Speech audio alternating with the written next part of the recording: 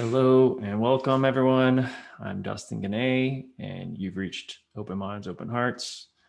Today, we are at session 13, Doing Mind and Being Mind. We're going to dive into what it means to be in doing mode, which we spend most of our time doing. But being mode tends to elude us. It is that state of mindful awareness where we are not focused on the past or the future, but we are fully present in the moment. So I'm looking forward to diving into some of the science and practical tips to cultivate more being in our lives, as well as guide you through a meditation in a little bit. But first, if you missed our last session, session 12, it was on giving thanks, remembering to give thanks. And you can find that one on YouTube under OMO, OMOH. Remembering to give thanks. It was our Thanksgiving special, and we kind of reflected on gratitude. So some really good gems there if you're looking to kind of cultivate that gratitude practice a little bit. These sessions are free for everyone to join. So please tell your friends and family. If you'd like to leave a donation, you can do so via PayPal or Venmo, which my info is on my emails. So get on my mailing list if you haven't, at dustin@openmindsopenhearts.org. You can also find me at openmindsopenhearts.org. I'm almost ready to launch this website. I promise. I've been saying that for a while, but I'm going to launch it this year. I have to. So that's the goal. Let's go ahead and get started talking about today's session. So let me go ahead and share my screen with you guys. All right.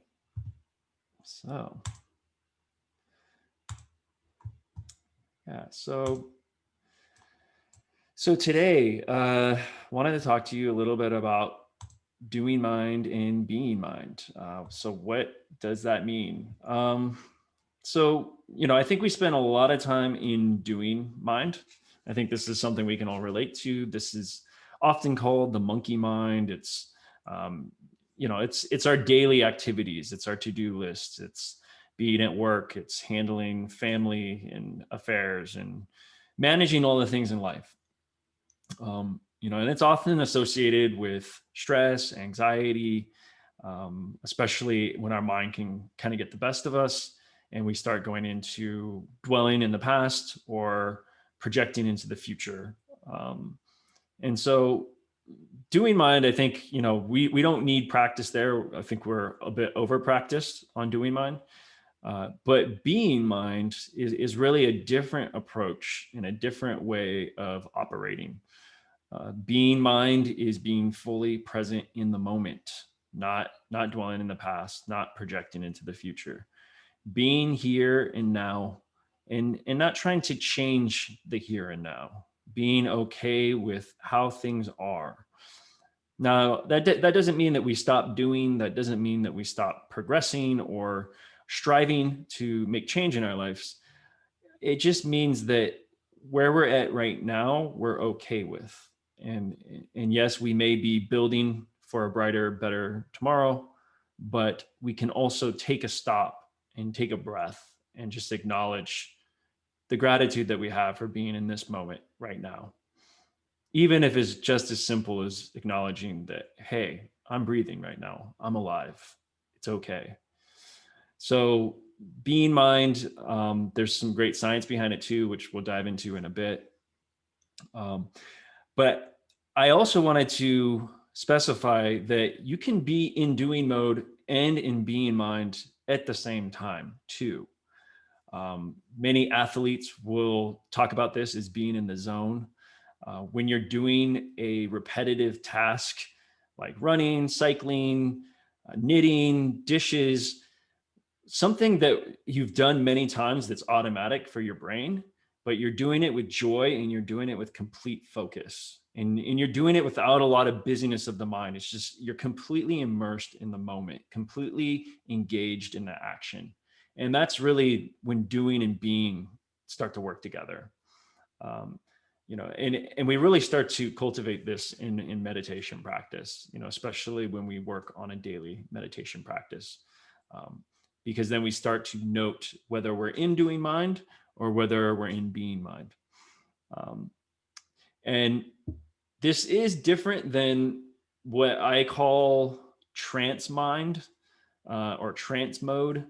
Tara Brach will talk about this as well, where we may be in a relaxed state. We may be zoning out, watching TV, or partaking of recreational drugs or drinking alcohol or that kind of thing.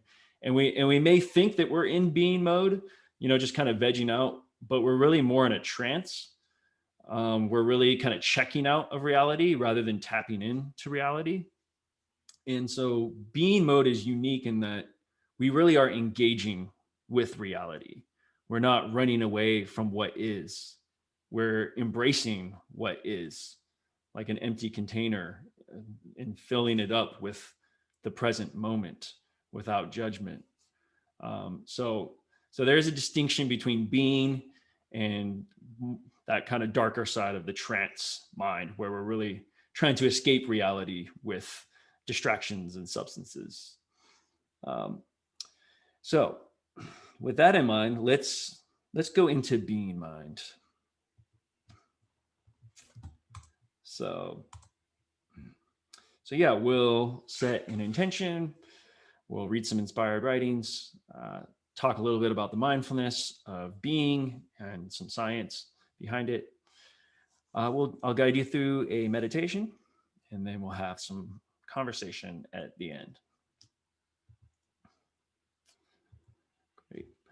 So I'd like to open up this session, as we do always, with setting an intention. If you're new to setting an intention, it's all about being guided by your principles and values as opposed to goals and outcomes. Connecting your head and heart is what we're doing with our intention setting. And some intentions could be to be more fully present in the moment, to bring non-judgmental awareness to everything I do. My intention is to become more mindful of when I'm in doing mode and when I'm in being mode. So go ahead and take a moment to reflect on your intention for today's session, as well as the rest of your evening, your week, your month. What is your intention right here, right now? And usually the first thing that comes to the surface is the right thing. So we will go with that. So let's see what some inspired teachers have to teach us about being in the moment. So Lao Tzu, this is the author of the Tao Te Ching, a very legendary philosophical book from the Chinese tradition. And he says, if you are depressed, you are living in the past. If you are anxious, you are living in the future. If you are at peace, you are living in the present. And I just love that. It's, I don't know if that's a one-for-one, equation, but I think we can all relate to dwelling in the past. There can definitely be some sadness or depression that comes up there, some regrets maybe that really aren't productive. And then that anxiety of the future, right? Like worrying about the future rather than kind of proactively planning for the future. You're just kind of ruminating on what could go wrong. And so being at peace in that present moment is that place that we are all trying to get to. Sharon Salzberg, another contemporary meditation master, she says, mindfulness helps us get better at seeing the difference between what's happening and the stories we tell ourselves about what's happening. stories that get in the way of direct experience. Often such stories treat a fleeting state of mind as if it were our entire and permanent self. So much wisdom in that statement. Using mindfulness to differentiate the stories we tell ourselves about what is happening versus what is really happening. This is so profound. And I think we're all grappling with this in our own way because we all have our internal narratives, and we layer on this emotional thought layer to factual reality that becomes this very subjective experience. And then we start to identify that, well, I am this way. I've always been depressed. I've always been anxious. I've always been not good with socializing. We reiterate these narratives to ourselves, and the brain and the body is just going to react to that narrative, and it becomes a self-fulfilling prophecy. So what if we didn't identify with that narrative? What if rather than the narrative of I'm always depressed, we change that narrative to I'm seeking growth through hardship. I'm learning lessons through difficult times. So really powerful to shift that narrative. And John Kabat-Zinn, another contemporary master of meditation, mindfulness, who really has kind of pioneered this doing mind versus being mind for Americans. He said, the best way to capture moments is to pay attention. This is how we cultivate mindfulness. Mindfulness means being awake. It means knowing what you're doing. And it's such a simple statement. It's almost deceiving how simple that wisdom is.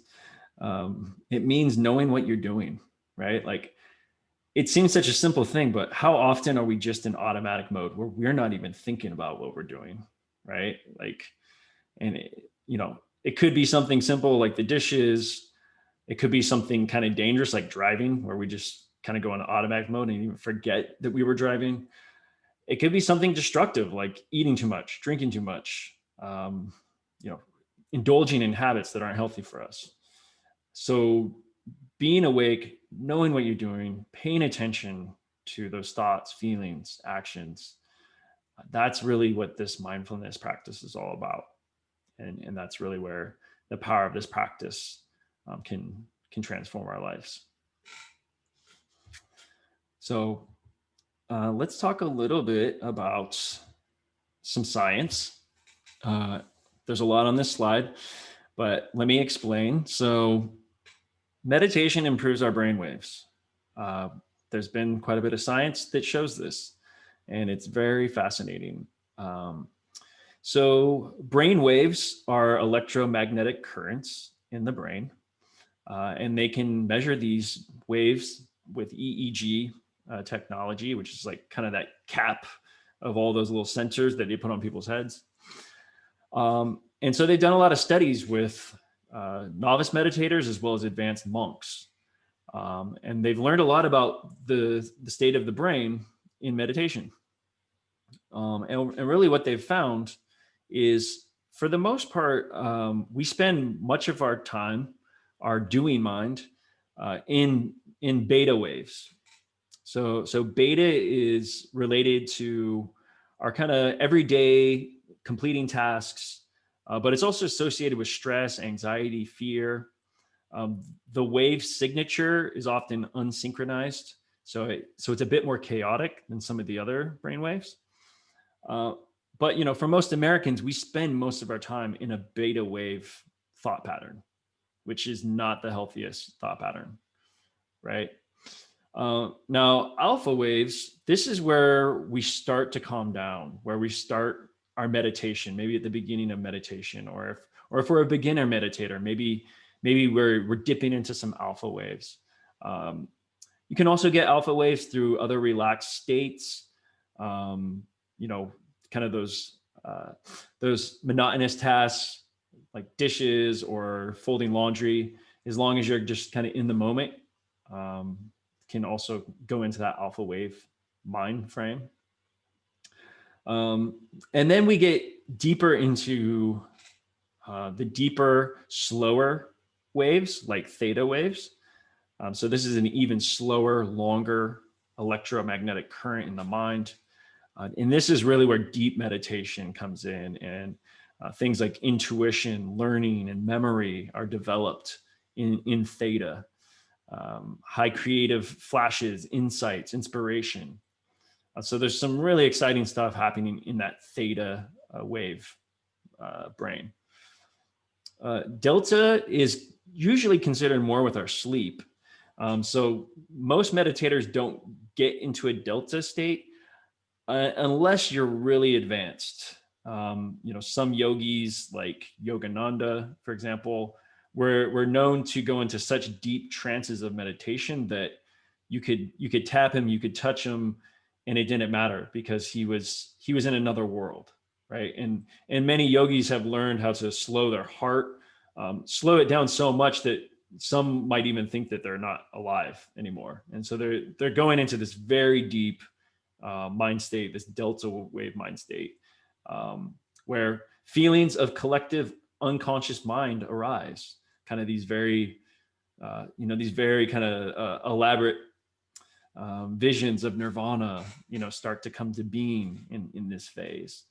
Um, so it's really profound. But the other one that's interesting is gamma waves. And so gamma waves are actually the fastest frequency on this chart. They're even faster than beta waves. And so you would think like, well, shouldn't they be more chaotic and frenetic? And actually they're not. Gamma waves, even though they're the fastest frequency out of the brain waves, they're also very focused. So monks and visionaries, scientists actually at the University of Wisconsin studied 22 Buddhist monks and found that their gamma wave activity was off the charts, not only in their meditation, but also after their meditation. And so what that means is not only do they have an incredible faculty of focus and memory, but they also have incredible capacity for compassion, loving kindness. And so there's this real connection between the prefrontal lobe in the brain and the limbic system, the fight or flight part of the brain, the sensory part of the brain. Everything is all harmonizing and working and flowing together when those gamma waves are being cultivated. And that comes through meditation practice. So there you have it. There's some real science behind all of this stuff. So yeah, quick recap. Doing mind is the beta waves, and then being mind is essentially kind of all these other ones, with gamma waves probably being like the combination of doing and being that we talked about earlier. Um, so that was a lot of science. Now I want you to kind of just take a moment to reflect on doing mode versus being mode. Because what does that mean in your own life? Right. So here to the left, I have some features of doing mode. Right. So the first one is often automatic. Okay. So if you think about what is the alternative if we're in being mode, if we're doing things that are often automatic, what would be the opposite if we're thinking about being mode, right? What about deliberate and on purpose, right? So rather than just being on automatic pilot, we're being deliberate. We're acting with purpose. We're acting with intention, right? So we're really kind of breaking out of that autopilot habit that can often lead us into our bad habits. So number two, works through thinking. So if we're in doing mode, we're thinking, but what would be the opposite of working through thinking if we're going to be in being mode, right? What about working through being, sensing, feeling, right? Tapping into our body a little bit more. How are we feeling in this moment? Listening to our emotions a little bit more. Oh geez, I'm feeling a little tense right now. I'm feeling great right now. Right? There's more of this mind-body connection that's happening in being mode. Right? Um, so number 3, focuses on past and future. Okay, so if we're in being mode, what are we doing if we're not focusing in past and future? I'm sure you guys know this one, because this is at the heart of all meditation and mindfulness. And you probably guessed it. Focusing on the present moment, being here now, the power of now. Many great books have been written on this. Yeah, focusing on the present moment, like that is the peanut butter and jelly right there. That is the good stuff. Yeah, when we're fully present in the moment, all our worries and cares start to melt away. So we're going to do some of that in a moment here with our meditation. So, okay, number 4, tries to avoid unpleasant experiences, right? So this is aversion. This is judging a situation as unpleasant, as bad. So what, if we're in being mode, how are we going to look at that alternatively, right? What about approaching unpleasant experiences with curiosity, right?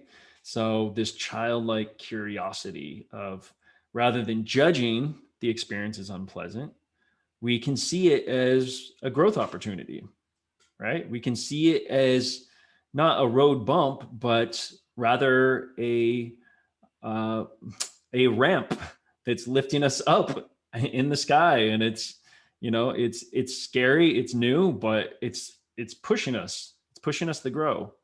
Whether it's a person or an experience, we all have these unpleasant experiences where it's easy to judge it and say, oh God, this is awful. This person is awful. And then it just becomes this really awful thing, right? Because we made it that way. But what if we reframed that situation with curiosity and said, okay, well, that's interesting. I wonder why that person is acting that way. Maybe how can I work with this person? How can we find a win-win, a more positive solution here?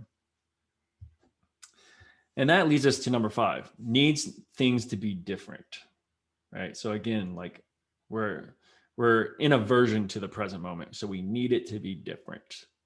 So what might be an alternative in being mode? What about allowing things to just be as they are, right? Like we don't have to change everything, right? Kind of like the serenity prayer.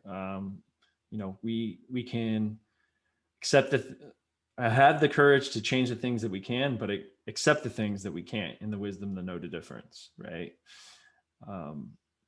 So sometimes we just need to accept things the way they are, because most things are out of our control. If they're not in our circle of influence, right? So understanding what is outside of our control and what is within our control, which generally is very limited, but usually consists of our response to things and experiences, is in our control. So accepting things as they are. And number 6, beliefs, thoughts, and ideas are real, right? So this goes back to earlier with Sharon Salzberg's quote about how we start believing the narratives in our head that they're reality. So what might be the being mode alternative? How about sees thoughts as mental events and doesn't identify with them, right? We don't have to identify with every mental event that happens. If some fear or anxiety comes up for me, I don't have to turn that into this big story about how this person is trying to do me wrong, or how this person is evil, or why my life is so horrible. right? Like I don't need to elaborate on that mental event.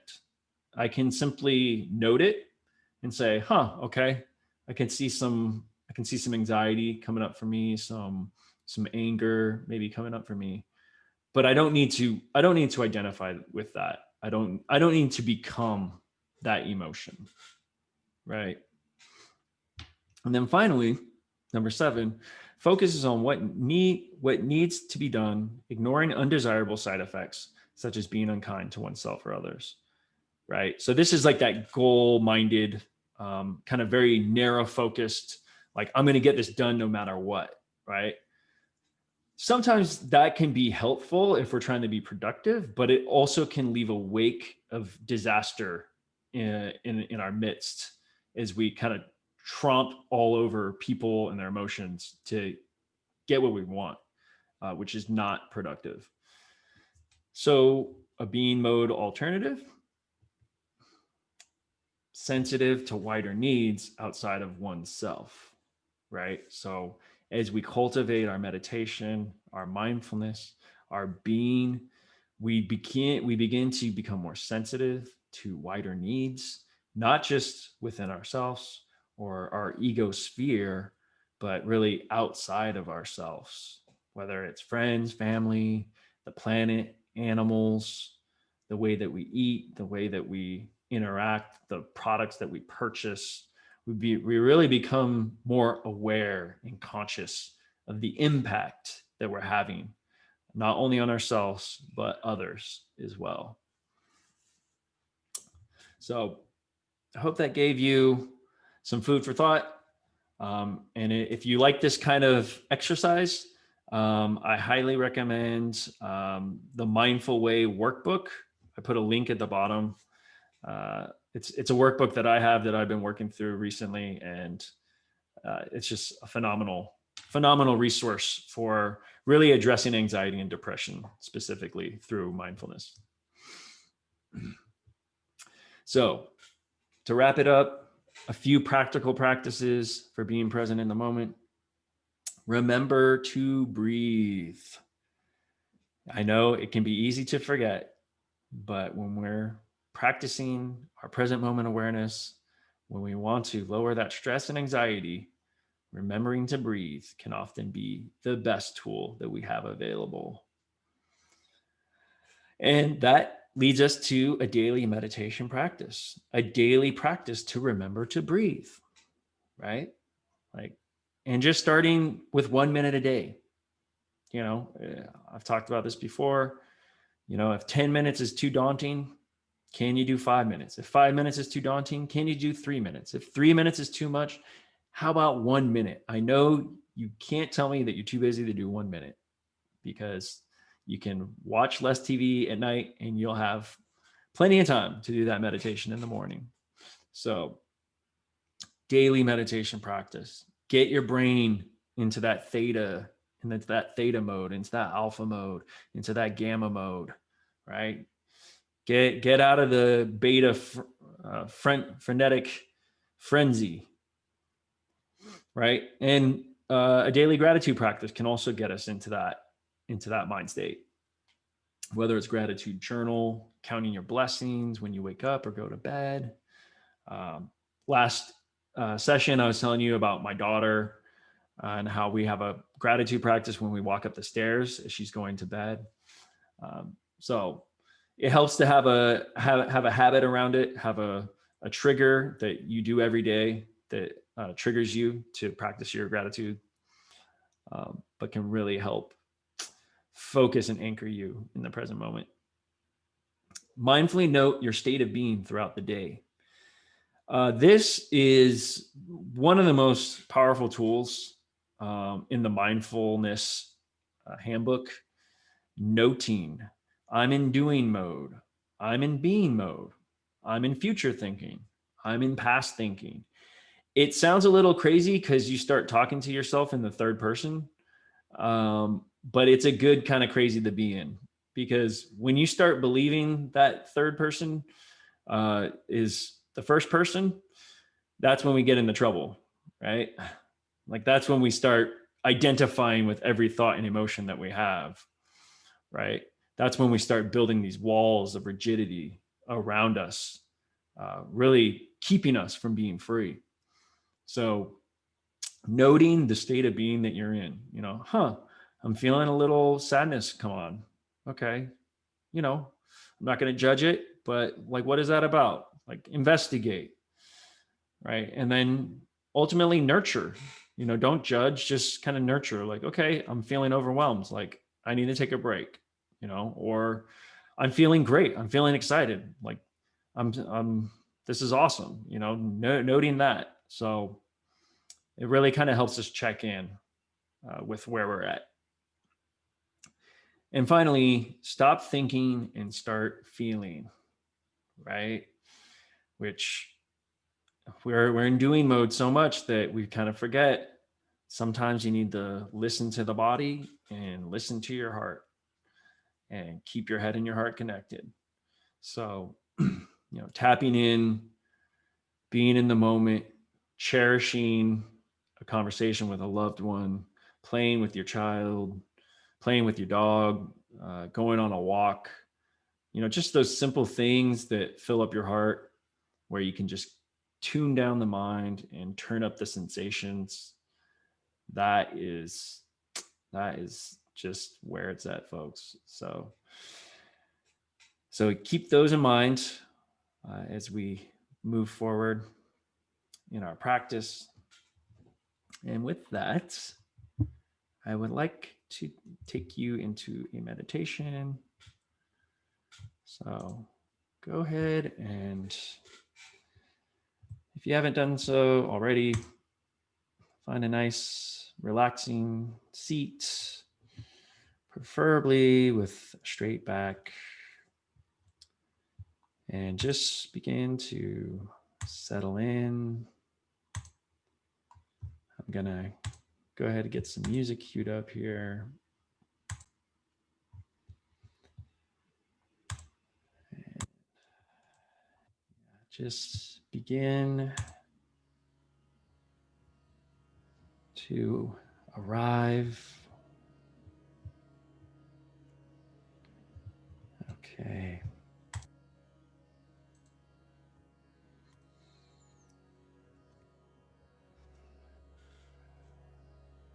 Right.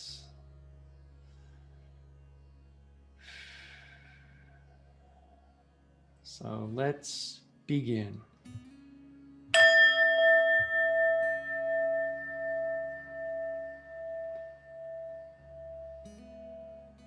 So greetings. Today we are going to be doing a present moment awareness meditation, empowered in the present moment. And as we do this, we're really tapping into our being state of mind and letting go of the doing mind, the monkey mind, and really just embracing the present moment, not worried about the past or the future, but really tuning in with our awareness to this present moment right here, right now. And as we do this, just remember that coming back to your breath is your anchor in this practice. If ever your mind starts to wander and going into that doing mind and that to-do list, you can always come back to your breath and remember to start again in the present moment.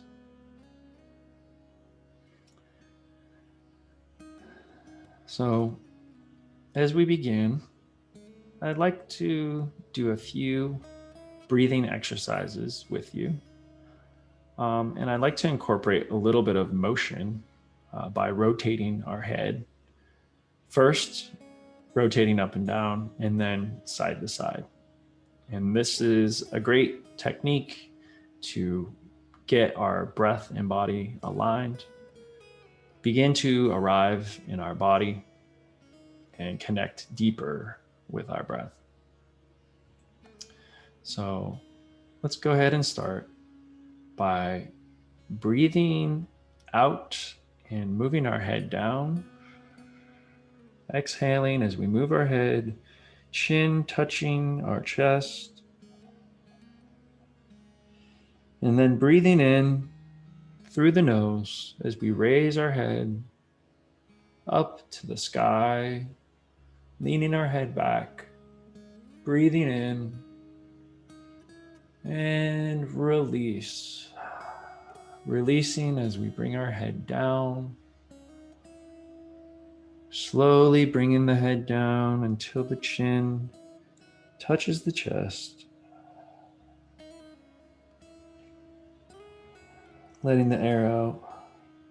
And then breathing in once again as we move our head, eyes towards the stars. Breathing in and releasing. Releasing, letting go, letting the head sink down, chin to the chest. And breathing in and coming back to center. And now I'd like us to breathe by rotating from right to left. So we're going to breathe in as we're centered, and then turn right and breathe out, and then come back to center and breathe in. So let's do a breath in and release as we turn our head to the right.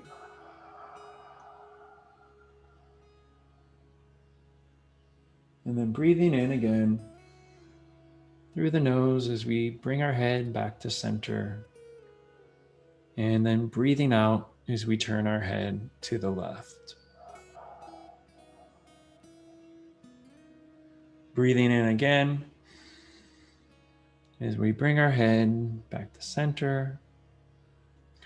And breathing out as we turn our head to the right.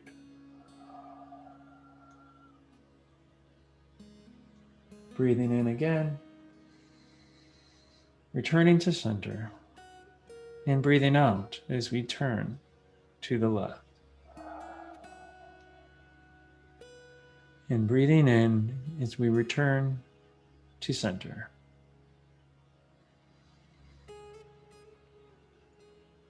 And just begin to notice the breath. Check in with the natural rhythm of your breath. Notice the air flowing through the nostrils, the sensation of the breath as it flows over the lips. Is your breath deep? Is it shallow? Is it relaxed? Is it tense?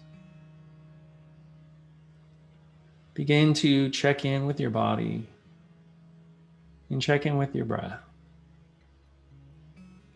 The breath, the key to the present moment, the doorway to life itself.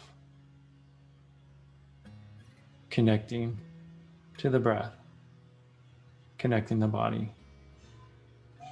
quieting the mind, tuning in to the sensations within.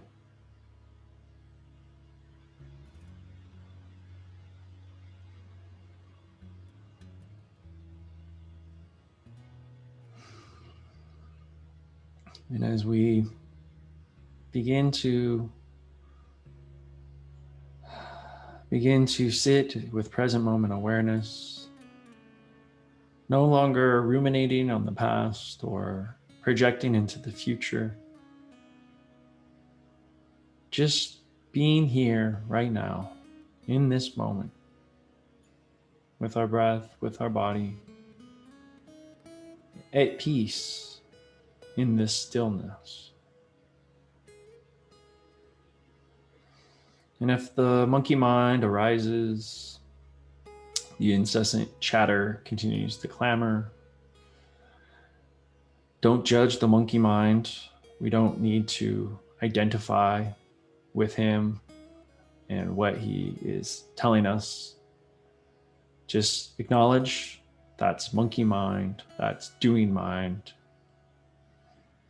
And that's just one mode of being. But right now we're practicing our being mode, being fully present in the moment. So we can acknowledge the mental chatter and we can let it go without holding on. What we're practicing here today is lion mind. The way that the lion sits upon the savanna, surveying the landscape, not moved by a single being. It sits in stillness, at peace, the king and queen of the jungle. And like the lion, so too our mind can be still, regal with power, until we are ready to act. We are ready to hunt. We are ready to seek down our goal. And with targeted focus, the lion hunts its prey, receives its reward, and eats its feast. So too our mind can be cultivated to spring into action with great focus and clarity when needed, but to then rest upon the plains of stillness when it's time to settle once again. Powerful in our peace, strength in our stillness, and purposeful in our actions. This is present moment awareness.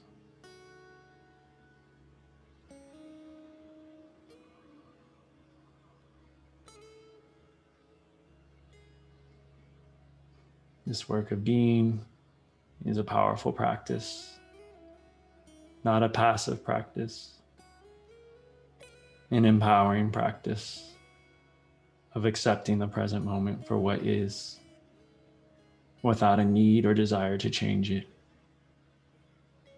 fully embracing the totality of this moment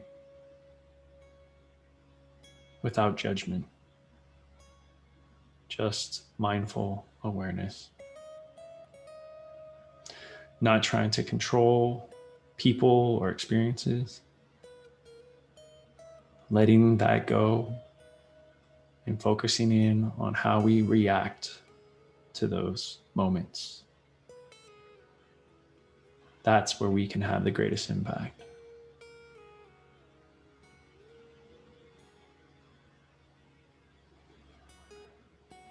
Now is a time for peace, a time for stillness. Coming back to the breath. Feeling the sweet oxygen filling up the lungs with life. Grateful to have this breath. With every breath, we can start again, to start anew. New opportunities to be more fully present.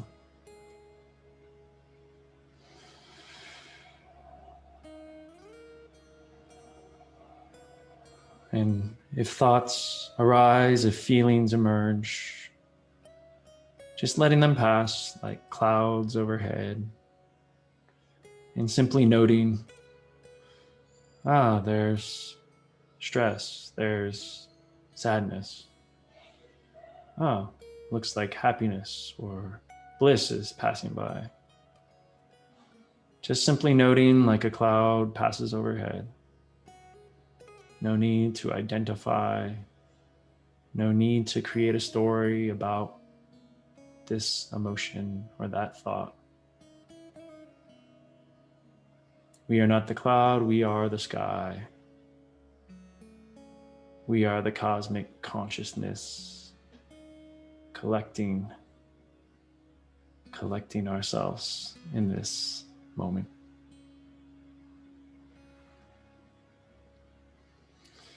We are not the surface of the ocean, the chaotic waves crashing upon the sea. We are the silence in the depths of the ocean floor. I am the earth that holds the ocean. I am the container for this cosmic consciousness.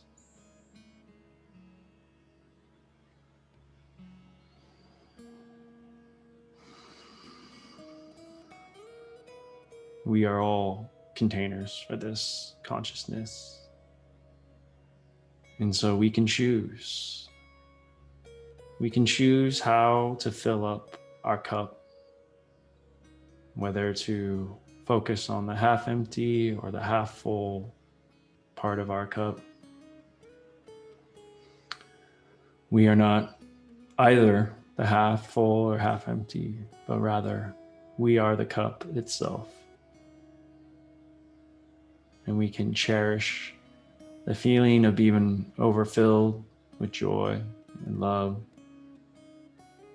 We can fill our cups with anger and anxiety. Or we can empty our cups completely and be at peace with the stillness and silence of creating intentional space in our mind. The empty container ready to be filled with insights and wisdom and love. The choice is yours. And in this practice, you always have that opportunity to begin again, to empty the cup, to celebrate the emptiness, to sing in the space of silence.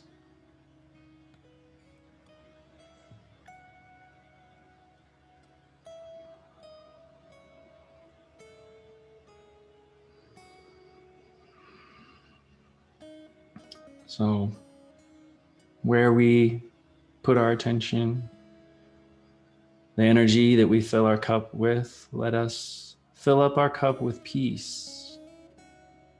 Let us fill our cup with compassion and loving kindness for ourselves and others. And as we fill that cup, we return to our breath, the connection to this present moment. Feeling free, feeling liberated, because we know we are not the contents of that cup. We are this limitless container of consciousness. When we let the stories pass like clouds in the sky, when we let the monkey mind run and quiet itself once again, when we embody the power of the lion mind, sitting empowered in our stillness, in our focus, not swayed by distraction, fully alert, embodied in this feeling of oneness.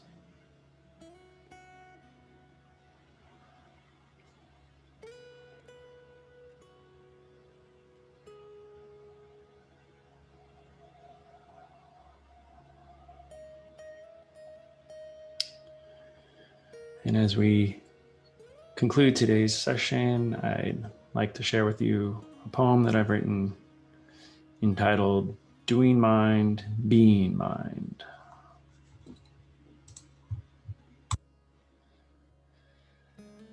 Doing mind, constantly in motion, counting time on the surface of the ocean.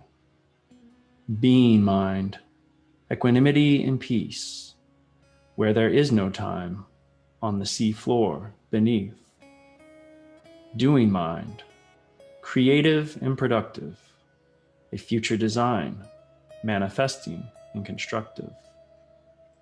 Being mind, fully integrated, heart and mind aligned in a light that's never faded.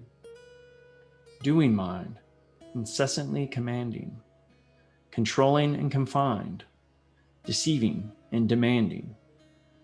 Being mind, listens to my soul, accepting, loving, kind, liberation by letting go. Doing mind, society's currency, do not value being, so our being is not free. Being mind, see with the eyes of a child, experience for the first time, life is pure and not defiled. Doing mind, distracting from our essence, missing all the signs to cultivate mindful presence. Being mind, being here in the now, ego subsides in the balance of the Tao. Nothing wrong with doing. Doing may bring change, but if all we do is doing, our being becomes estranged. Take time to just be. Put the doing mind to rest. Quiet down the thinking. Feel the weight lift from your chest. And just be. Be here, free, in the bliss of being.